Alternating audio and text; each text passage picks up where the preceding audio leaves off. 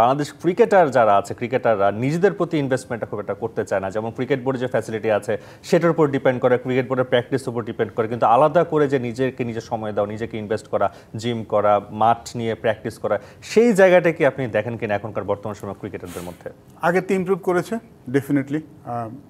আমরা যখন খেলছি তখনকার থেকে এখনকার ক্রিকেটারদের এই ইচ্ছাটা মানে আগ্রহটা আগের থেকে বেড়েছে, বাট আমার মনে হয় আরও একটু বাড়া উচিত ডেফিনেটলি। দেখুন ক্রিকেট বোর্ডের যে ফ্যাসিলিটিটা তো পার্টিকুলার কিছু খেলারদের জন্য, যারা ন্যাশনাল লেভেলে খেলেন, ন্যাশনাল টিম, এ টিম, হাই পারফরমেন্স, তাদের জন্য।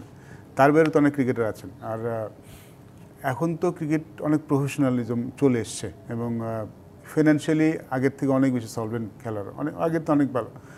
আর একটা জিনিস আমি সবসময় পার্সোনালি ফিল করি যে আপনার যত সুযোগ সুবিধা হোক, আপনি ইন্ডিভিজুয়ালি কতখানি সেটা ইউজ করছেন, দ্যাট ইজ মোর ইম্পর্টেন্ট।